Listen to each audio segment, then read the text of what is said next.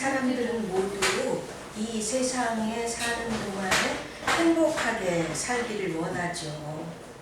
고통, 상처, 업신여김을 받고 사는 것은 누구든지 다 싫어합니다. 그러나 이 세상에는 이런 아픔들이 너무나 참 많죠. 아담이 사탄의 꼬임을 받아서 하나님을 거역한 이후 인간에게는 사탄의 본성인 죄성이 들어오게 됐다고 했어요. 그래서 사람은 날 때부터 이기적이며 육신적입니다. 즉, 내 영혼이 거룩해지는 것보다 내 육신이 잘 되는 것을 더 좋아하죠. 또한 에덴 동산에서 쫓겨나서 지금의 이 세상에서 사람은 살게 된 겁니다. 이 세상의 임금은 사탄이라고 성경은 분명히 말하고 있어요. 그래서 인생은 모두 사탄의 영향력 아래에 놓여 있는 것입니다. 이렇게 사람들은 저마다 이기적이고 죄성을 가진 데다가 이 사탄의 영향까지 받으니까 이 세상은 적자생존, 약육강식일 수밖에 없는 거예요. 힘 있는 자가 힘 없는 자를 눈물 흘리게 하지요. 갑질을 하고 상처를 주고 억울하게 합니다. 이런 인간관계에서 오는 고통 말고도 이 세상에는 질병, 죽음, 사고, 가난, 전쟁까지 정말 우리가 사는 이 세상에는 불행이, 고난이 무척이나 많습니다. 어떤 이는 어려서 부모를 다 잃고 참으로 고통스럽고 서러운 인생을 사는 사람들이 많아요. 또 어떤 이는 악한 사람에게 사기를 당해서 눈물 흘리지 않아도 될 피눈물을 흘리는 사람도 있습니다. 또 어떤 이는 배우자를 잘못 만나서 참 주변에 말도 다 못하고 가슴에 한평생 한을 안고 사는 분도 있습니다. 지금은 조금 덜하지만 예전에 우리나라에서는 남편들이 그냥 집안을 때려 부수고 아내나 자녀들을 너무 심하게 때리는 일이 정말 많았었어요. 알코올 중독에다가 요새는 또 마약까지 생겨가지고 정말 우리의 삶을 더 고통스럽게 하고 있습니다. 의학이 크게 발전하니까 예전에는 상상도 못했던 일, 무슨 사람을 납치에다가 장기를 띄워서 파는 정말 이런 일까지 생겼어요. 그래서 정말 기가 막히다고 해도 다 표현이 안 될 것 같아서 이것은 마치 바닷물이 오염되면 그 안에 사는 물고기들은 모두 그 더러운 물에 영향을 받고 살 수밖에 없듯이 이렇게 험하고 악한 세상에서 인생이 살아가는데 그 누가 그 고통과 불행으로부터 자유로울 수 있겠습니까? 정도의 차이만 있을 뿐이죠. 지금도 아프리카에는 세계의 최빈국들이 있어서 정말 너무 많은 사람들이 먹을 게 또 너무 없어서 굶주리고요. 마실 깨끗한 물조차 없는 그런 끔찍한 인생을 살고 있습니다. 더욱이 조혼 제도라는 것까지 있어서 여자 아이들이 초등학교도 가지 못하고요. 9살, 10살에 그냥 시집을 가게 돼서 밤에도 쉬지를 못하고 평생을 지옥 같은 삶을 사는 사람들이 많습니다. 또 이슬람 국가들은 또 어때요? 국가들마다 다르기는 합니다만 여성에 대한 차별이 심각해요. 그래서 아프가니스탄 같은 나라에서는 여자는 학교도 갈 수가 없어요. 교육이 금지되어 있습니다. 뭐 잠깐 바깥에 나가는 것도 남성을 꼭 동반해야 바깥에 나갈 수 있고요. 요 눈만 빼고 온 몸을 가리는 이 부르카, 이거를 입고 다녀야 합니다. 지금 이 순간에도 그래요. 그래서 지하에 몰래 숨어서 여학생들에게 이제 공부를 가리키다가 발각돼서 선생님들이나 부모들이 살해되는 경우도 아주 적지 않다고 합니다.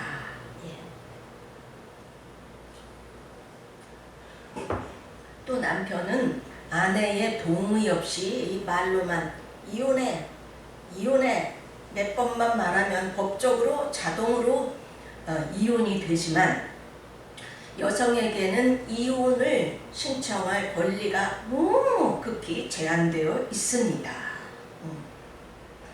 더욱이 남편의 심한 폭력으로 아내가 사망하거나 아이의 장애자가 되는 이런 일들조차 적지 않게 일어나고 있다고 합니다. 이런 경우 아내의 아주 일방적인 복종이 당연시 되어 있어서 이런 남편의 폭력이 은폐되거나 정당화되고 있습니다. 또 명예살인이라는 관습이 있어가지고요. 가족 중에 남성 가족이 아내나 딸이나 며느리를 살해하는 악습이 아직도 여전히 있다고 합니다. 그래서 아내는 아무 잘못한 것도 없이 남편이 아내를 내쫓는 경우가 많이 발생하고 있는데요. 이 경우 남편은 아내에게 위자료를 지급해야 되는데 그거를 피하고 싶어서 남편들이 거짓으로 아내를 간통했다고 뒤집어 씌워서 아내를 돌로 쳐서 죽이는 일들도 발생합니다. 이 경우 명예살인이라고 해서 주변 사람들은 물론이고요. 아들까지도 그러니까 자기 엄마를 돌로 쳐서 죽이도록 합니다. 이때 아내가 간통했다는 증거가 있어야 하지만 대부분 남편의 말만 듣거나 또는 남편이 누군가와 짜고서 거짓 증인을 세워서 이런 일이 생기게 한다고 합니다. 저도 믿어지지가 않아서 좀 잘 알아봤는데요. 다 사실이더라고요. 적지 않게 일어나고 있습니다. 나라마다 차이는 있지만 이슬람 문화에서는 여자는 개만도 못하다라는 게 정말 맞는 말이더라고요. 지금 내가 숨쉬고 사는 이 순간에도 이처럼 상상조차 못할 끔찍한 인생을 사는 사람들이 적지 않다는 거예요. 참, 너무 슬픕니다. 정말. 누가복음 17장 11절에서 19절입니다. 예수께서 예루살렘으로 가실 때에 사마리아와 갈릴리 사이로 지나가시다가 한 마을에 들어가시니 나병 환자 10명이 예수를 만나 멀리 서서 소리를 높여 이르되 예수 선생님이여 우리를 불쌍히 여기소서 하거늘 보시고 이르시되 가서 제사장들에게 너희 몸을 보이라 하셨더니 그들이 가다가 깨끗함을 받은지라. 그 중에 한 사람이 자기가 나은 것을 보고 큰 소리로 하나님께 영광을 돌리며 돌아와 예수의 발 앞에 엎드려 감사하니 그는 사마리아 사람이라.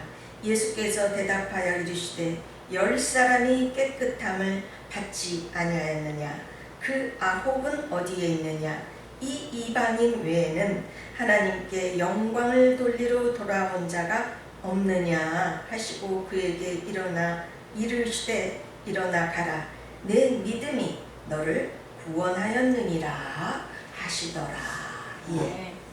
나병은 예전에는 불치병이었죠.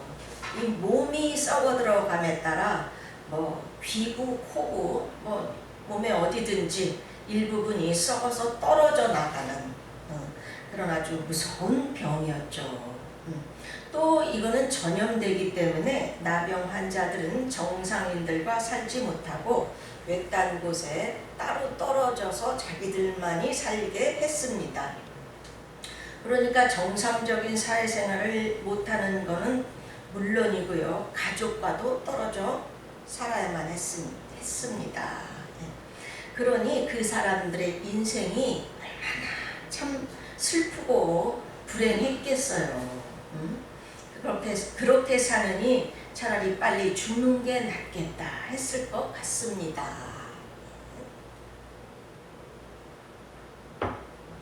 그런데 이 나병 환자 10명이 예수님을 만나서 그 무서운 나병이 치유함을 받았다는 거예요. 다. 이들이 예수님께서 말씀하신 대로 제사장에게 보이려고 가다가 도중에 자기들의 몸이 깨끗하게 치유함을 받았다는 것을 알게 되었습니다. 나병은 이 겉으로 표시가 나니까 이게 정상적으로 되니까 금방 알 수 있는 거죠. 10명 모두가 더할 나위 없이 기뻤겠지요. 그런데 10명 중에서 단 한 명만이 예수님께 돌아와서 감사드리며 하나님께 영광을 돌렸습니다. 나머지 9사람은 그렇지를 않았다는 거예요. 그 처참한 불치병이 치유되고 자기들의 인생이 완전히 달라졌는데도요. 그 9사람은 왜 그랬을까요? 왜 예수님께 돌아와 감사드리며 하나님께 영광을 돌리지 않았을까요? 그 이유는 이것입니다. 그들도 예수님께 대한 감사의 마음이 없는 게 아니에요. 감사하지요. 그러나 이제 몸이 완전히 정상인이 되고 나니 이제는 정상인들처럼 사회에서 일해서 먹고 살아야 하는데 현실을 보니까 염려가 되고 속상한 마음이 더 컸던 거예요. 남들은 좋은 곳에 취직도 하였고 사업을 해서 돈도 벌고 안정되게 잘 살고 있는데 나는 무슨 졸업장이 있나 자격증이 있나 또 이 외딴 곳에 떨어져서 오래 살다 보니까 세상을 몰라서 사업을 할 수도 없어요. 뭐 미천도 없고요. 친구 중에 누구는 벌써 자리를 잡고 잘 살고 있는데 나는 이제부터 아주 그냥 밑바닥에서부터 시작해야 하는구나. 세월만 훌쩍 지나가 버렸고 나는 나이만 먹었구나 하는 속상하고 억울한 마음이 생긴 거예요. 하나님은 왜 내게는 이 나병을 허락하셔가지고 이런 고통을 겪게 하시나? 내가 무슨 그렇게 죄를 많이 졌다고 하는 속상한 마음이 병을 고쳐준 것에 대한 감사한 마음보다 더 컸던 것입니다. 이런 마음이 바로 죄성을 타고난 인간의 마음이에요. 배은 망덕한 마음이죠. 그러나 이런 마음으로는 몸의 질병은 고쳐졌을지라도 영혼이 구원을 받을 수는 없습니다. 그러나 똑같은 상황에서도 한 사람은 예수님께 돌아와서 감사드리며 하나님께 영광을 올려드렸다는 것입니다. 그 결과 이 사람은 육신의 병만 치유된 것이 아니라 영적으로까지 구원을 받게 된 것입니다. 아멘. 예수님께서 내 믿음이 너를 구원하였느니라 라고 말씀하시죠. 몸의 병이 치유된 것도 중요하지만 더 중요한 것은 우리의 영혼이 구원을 받았다는 거 아니겠습니까? 아멘. 네. 우리도 마찬가지예요.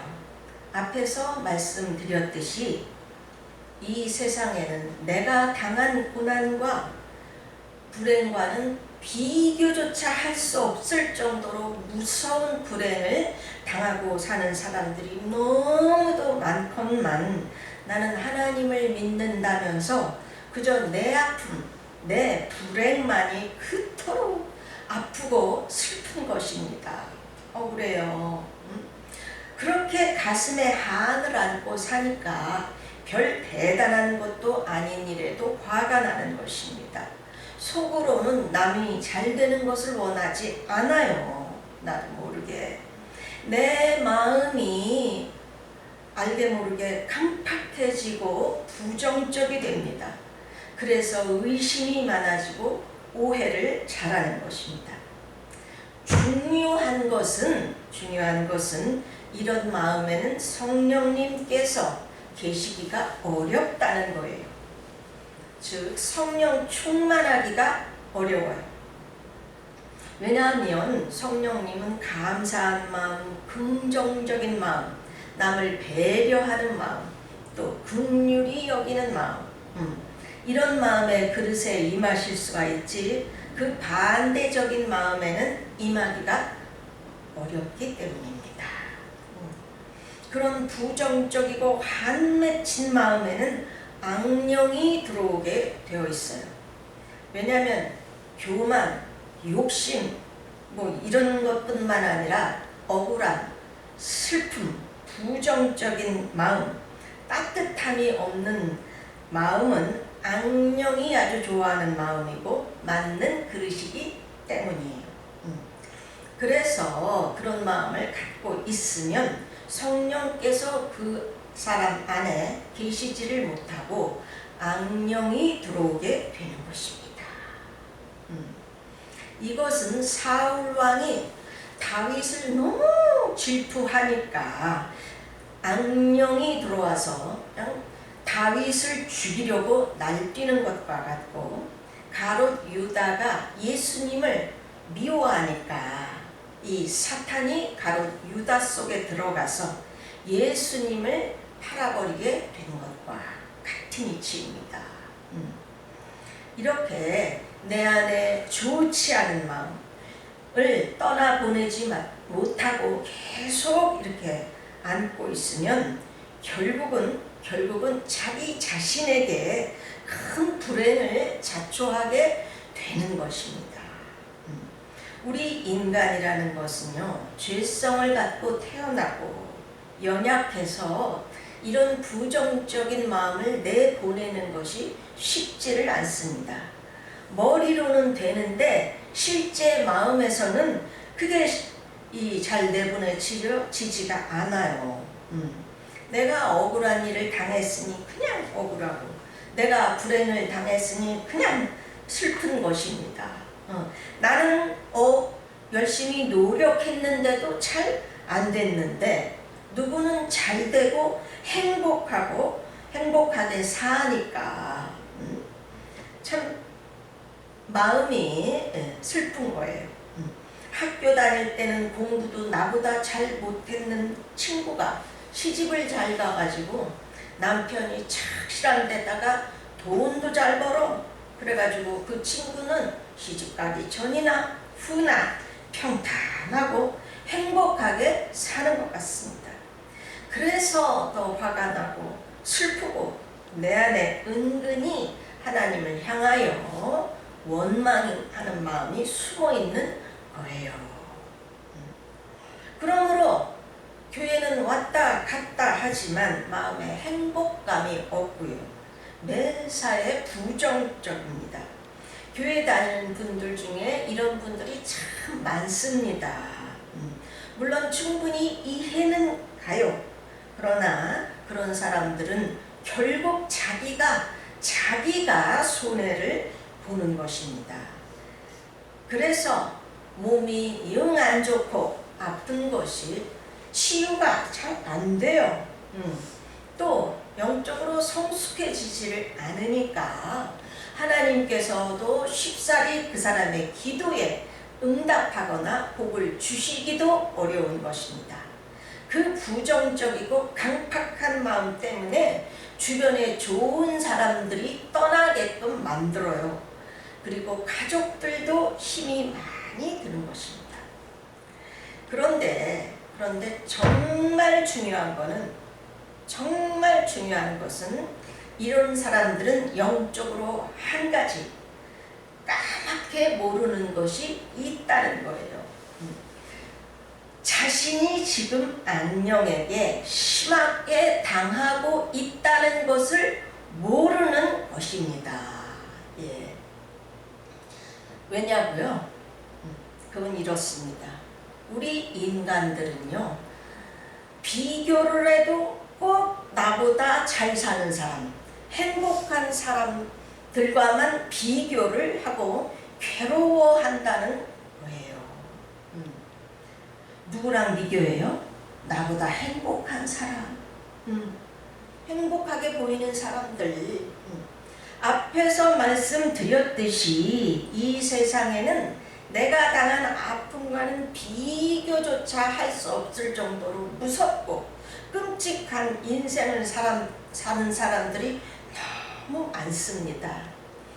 그러나 우리 인간이라는 것은 그런 사람들과는 잘 비교를 안 해요.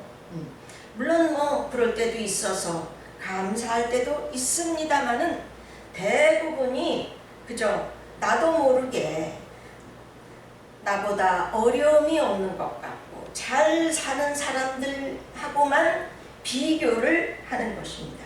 그래서 내 인생이 억울하고 불행하게 느껴지는 거예요. 아시겠죠? 세상에는 행복하고 평탄하게 사는 사람들도 많건만 내 인생은 왜 이럴까? 그렇죠. 그렇지 않아도 지난날 가슴 아픈 일들을 겪어서 힘들었는데 지금도 그런 잘 사는 사람들과만 비교하면서 계속 가슴 아파하고 있는 거예요. 알든 모르든. 바로 이것이 사탄이 인도하는 길이라는 것입니다. 아멘. 사탄은 끝까지 달라붙어서 어떻게든 내 인생을 망치려는 고도의 속임수인 것입니다. 그래서 사탄은 그냥 우리로 하여금 꼭 그런 사람들하고만 비교하게 하여 고통당한 나를 지금까지도 그냥 계속 고통스럽게 만들고 평안을 누리지 못하게 하는 거예요. 하나님을 믿고 있는데도.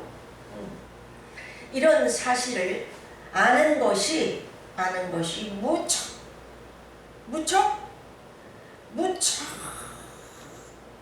중요합니다. 예. 우리는 이런 사탄의 계계를 잘 알아서 어떻게 해서든 이런 슬프고 억울한 한 맺힌 마음을 내어 보내야만 하는 것입니다. 자살하는 사람들이 왜 자살해요? 물론 다 사연이 있고 불쌍하지요. 그러나 엄밀히 말해서 그 사람들은요, 자기 아픔만 보고 있는 것입니다. 다른 게 안 보여요. 이 세상에는 자기보다 수십 배의 끔찍한 불행을 당하는 사람들이 많고도 많건만 그런 사람들과는 비교를 안 해요. 보지를 않습니다. 그저 나보다 행복하게 보이는 사람들만 비교를 하고 너무 아프고 불행해 보여서 그러는 것입니다. 아멘. 네. 자, 그러면 어떻게 이런 문제를 해결받을 수가 있습니까? 어떻게요? 이사야서 61장 1절 주 여호와의 영이 내게 내리셨으니 이는 여호와께서 내게 기름을 부으사 가난한 자에게 아름다운 소식을 전하게 하려 하심이라. 나를 보내사 마음이 상한 자를 고치며 포로된 자에게 자유를, 갇힌 자에게 노임을 선포하며 라고 하여서 예수님께서 이 땅에 오신 목적을 말씀하고 있습니다. 가난한 자에게 아름다운 소식, 즉 마음이 상한 자를 치유해 주시고 이 세상 것에 포로된 자에게 자유를 주시기 위함이라고 하십니다. 이 동영상을 시청하시는 성도님 여러분, 과거에 당한 아픔 때문에 지금도 나도 모르게 강팍해지고 부정적으로 변해버린 사람들이 계십니까? 해결책은 첫째, 내가 지금 그놈의 사탄에게 완전히 당하고 있다는 것을 확실하게 아셔야 합니다. 나보다 잘 살고 행복한 사람들과 비교하면서 계속해서 슬픔과 억울함을 버리지 못하는 마음, 그 마음이 바로 사탄이 충동질해서 내 인생을 끝끝내는 망쳐버리려는 사탄의 길이라는 것을 또 명심하세요. 나 혼자 그러는 게 절대 아닙니다. 사탄이 역사하고 있는 마음이라는 것을 꼭 기억하세요. 과거에 불행한 일을 당한 것도 서러운데 현재도 그놈의 사탄이라는 보이지 않는 존재까지 당하면서 그렇게 힘들게 살아야 하겠습니까? 둘째, 이를 악물고서라도 하나님께 더 가까이 나가려고, 하나님을 더욱 닮으려고 노력하세요. 그런 마음들은 신앙생활 한다고 해서 저절로 금방 그렇게 치유되는 것이 아닙니다. 이 말을 하는 저도 어떤 부분에서는 참 잘 되지를 않아서 무척 노력을 하고 있습니다. 더 성경 읽고 기도하며 하나님께 이런 마음을 없애달라고 매달려야만 하는 것입니다. 내 주변만 이렇게 보지 말고요, 눈을 크게 뜨고 이 지구상에서 살아가는 각양각색의 사람들을 그 모습을 봐야만 하는 것입니다. 아멘. 얼마나 많은 사람들이 나는 상상치도 못할 그런 고난과 불행을 당하고 사는지를 봐야 합니다. 그래서 그나마라도 하나님께서 내 약함을 아시고 나를 얼마나 지켜주셨는지를 깨닫고 감사해야만 하는 것입니다. 아멘. 찬송가에도 429장 받은 복을 세어보아라 라는 찬송이 있죠. 하나님께서는 나의 약함을 아시고 소경이 되지 않게 해주셨습니다. 평생 휠체어만 타고 다녀야 하는 인생이 되지 않게 해주셨어요. 북한에서 태어나는 바람에 부모님이 내 눈앞에서 굶어 죽고 어린 자녀가 굶어 죽는 그런 끔찍한 인생을 살게 하지 않으셨어요.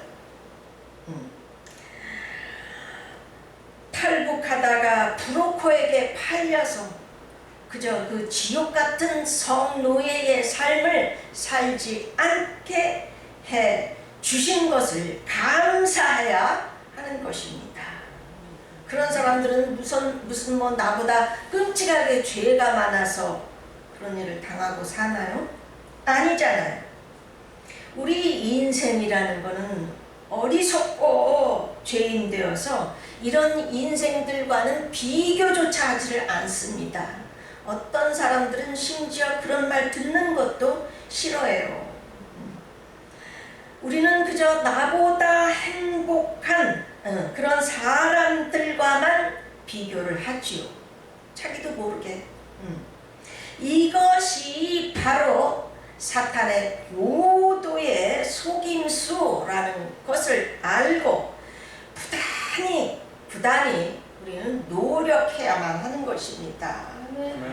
이것이 바로 내 안에 이 아픔과 한을 내보낼 수 있는 유일한 방법인 것입니다. 힘들어도 해야만 해요. 그게 나의 살 길입니다. 아멘. 네. 우리는 주변에서 돈 많고 높아졌다고 아주 그냥 교만하고 갑질을 하는 사람들을 봅니다. 힘없는 사람들에게 함부로 대하는 사람들을 보지요. 그런 사람들을 보면서 우리는 말은 안 해도 속으로는 욕을 하게 됩니다. 참 역겹지요. 이와 똑같습니다. 내가 고난을 많이 겪었고 불행한 일을 겪었다고 그 마음이 부정적이 되고 강팍해져 있는 사람들을 봅니다. 이런 사람들을 보면서 우리는 말은 안 해도요, 그런 사람은 피하고 싶습니다. 가까워지기가 싫어요. 아이고, 저만 고생했나? 자기 아픔만 그렇게 대단한가? 사람 그릇이 저거밖에 안 되나 보다 하고는 실망하고 그 사람을 떠나게 되는 것이에요. 그래서 해결책 셋째, 우리의 삶에 고통이 많다고 해도 적어도 우리에게는 하나님, 전능하신 하나님이 계십니다. 우리와 항상 함께 하시며 보살펴 주시는 아버지가 계세요. 이 아버지께서 나를 얼마나 사랑하시는지 십자가에서 그토록 처참하게 죽어주셨습니다. 로마서 8장 28절은 분명하게 말합니다. 하나님을 사랑하는 자, 곧 그 뜻대로 부르심을 받은 자들에게는 모든 것이 합력하여 선을 이루느니라. 아멘. 예. 네, 모든 것이 합력하여 선을 이룬다는 것입니다. 나의 불행을 통하여 하나님을 찾게 되었고요. 나의 고난을 통해서 세상 것의 허무함을 알게 하셔서 하나님을 따라서 살도록 해주신 것입니다. 그래서 결국 내 인생으로 하여금 이 땅에 사는 동안에는 하나님의 돌보심 아래서 살게 해주셨고요. 또 이 땅을 떠나는 그 어느 날에는 하나님의 품, 천국으로 가게 해주시는 것입니다. 네. 또한 불행을 당한 사람들의 그 심정을 알게 해주셔서 그들을 도울 수 있도록 해주셨어요. 하나님께서 고난과 불행을 허락하시는 데에는 다 귀한 섭리가 있는 것입니다. 아멘. 아멘. 이제 김성은 형제의 간증을 듣고 마치겠습니다. 김 형제는 정말로 실력 있는 그런 바이올리니스트예요. 그의 연주는 아름다울 뿐만 아니라 영혼이 담겨져 있다는 것을 알 수가 있게 됩니다. 지금은 길거리에서 버스킹을 하면서 하나님을 전도하면서 거리에 교회를 세우고 있습니다. 그저 지나가는 누구든지 예배에 참석할 수가 있는 거죠.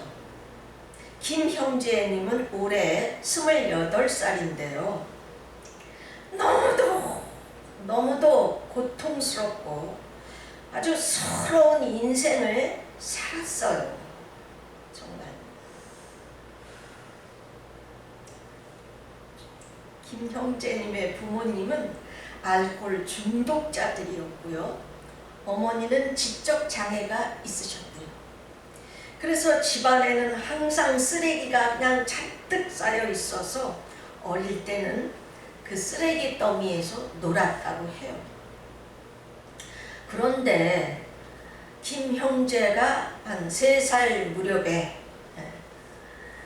어머니가 어느 날 김형제와 바로 위에 누나를 길바닥에다가 버리고 사라졌다고 합니다. 그래서 그 충격으로 누나는 정신병이 들어서 지금까지도 병원에서 살고 있다고 합니다.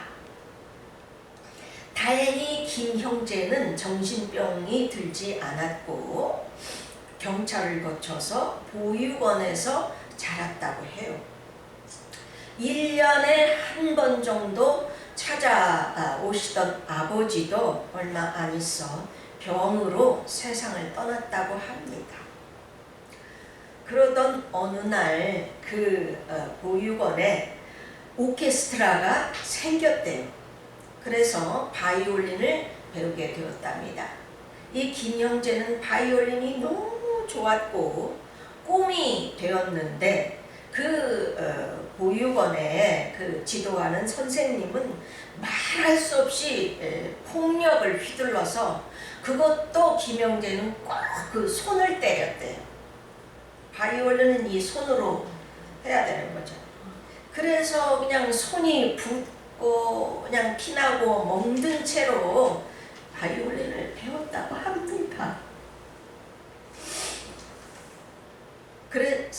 그랬는데 이제 그 보육원에서 기독교 재단의 보육원으로 옮겨주면서 그 폭력이 끊겨지고 하나님을 믿게 되었다고 합니다. 하나님을 알게 되면서 그는 성경을 읽으며 혼자 기도하고 싶어서 소화전 안에 들어가서 그냥 뜨겁게 기도를 했다고 그래요. 정말 하나님을 만나고 싶어서 매우 노력을 많이 했던 거예요. 음악대학을 다니면서 학비가 없어서 아주 어렵게 아르바이트를 하면서 졸업을 하였어요. 그는 먹고 살기 위하여 버스킹, 즉 길거리에서 바이올린을 이렇게 연주를 하게 되었는데 첫 수입은 고작 16,000원이었습니다. 그러나 그의 그 뛰어난 연주 실력이 점점 알려지면서 여기저기서 연주를 해달라는 부탁이 들어왔답니다. 그러다 보니까 점점 들어서 하루에 500만 원까지 벌기도 했었대요. 그런데 그러면서 하나님과 점점 멀어지고 세상 쾌락에 빠지고 돈만 벌려고 애썼다고 합니다. 그렇지만 그런 날들을 살면서 마음에는 평안이 없었고 너무나 큰 공허감만이 자기를 괴롭혔대요. 결국 어느 날 자기의 지은 죄들이 마치 사진을 보는 것처럼 줄줄줄 이렇게 떠오르는 것을 보게 됐대요. 그래서 그걸 보면서 이렇게 살다가는 나는 지옥에 가겠구나 하는 두려움이 들면서 그때부터 회개가 시작되었다고 그래요. 저 철저히 회개를 하던 중 내가 너를 택하였고 너를 너무도 사랑한다 하는 하나님의 음성을 들었다고 합니다. 그리고 여러 성령 체험을 하면서 그때부터 이 형제의 삶이 바뀌었다고 합니다. 바이올리니스트로서 세상에서 성공해야겠다는 꿈을 버렸대요. 돈을 벌겠다는 마음도 버렸답니다. 이제 그가 사는 목적은 세상 사람들에게 예수 그리스도를 전해야 되겠다는 그런 목적으로 바이올린을 연주한다고 합니다. 버스킹을 하면서 자기의 간증을 하고 복음을 전도합니다. 몇몇 이제는 함께하는 사람들이 생겨나자 이제는 교회 이름을 스트리트 처치, 즉 길거리 교회라고 붙이면서 하나님을 섬기고 있습니다. 이제는 복음을 전하며 하나님의 살아계심을 증거하는 것이 이제 김 형제의 꿈이라고 합니다. 저는 이 형제가 참 아름다워라 주님의 세계는 이 찬송을 연주하는 것을 들으면서 눈물을 흘렸어요. 그 찬송 속에는 그냥 손이 연주하는 게 아니라 진정으로 그 형제의 그런 고백이 담겨 있었습니다. 김성은 형제도 사람이고요. 너무도 슬프고 한많은 인생을 살아왔는데 하나님을 믿는다고 해서 참 아름다워라 주님의 세계는, 이런 고백을 할 수 있다는 것이 너무도 감동적이었어요.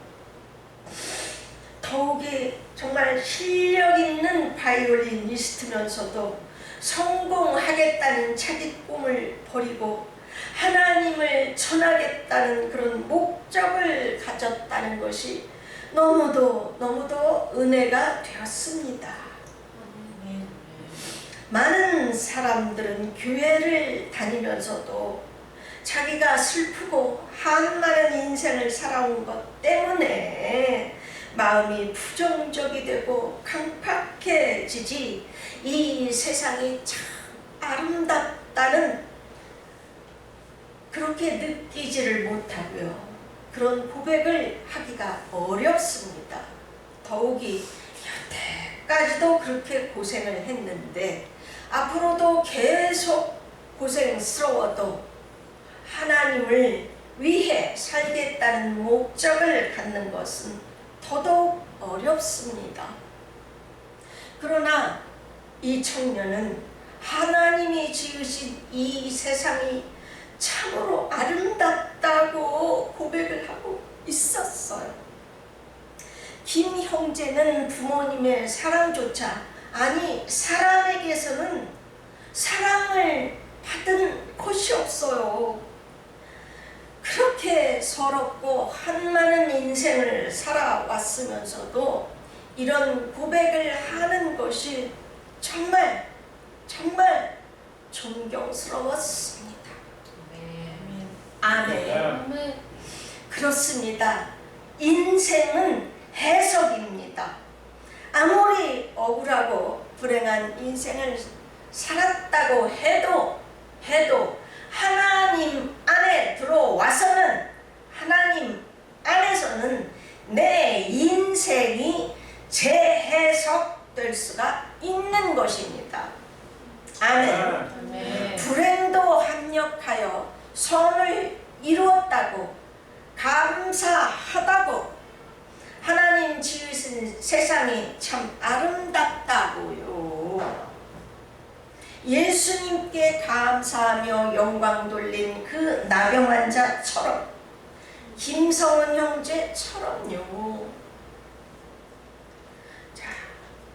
우리 성도님들도 다 이렇게 모두 성숙하십시다. 나를 이기고 사탄의 충동질을 이기십시다. 아멘. 우리가 간절히 하나님께 매달리면 정말로 그렇게 변화됩니다. 아멘. 아멘. 통성으로 기도하겠습니다.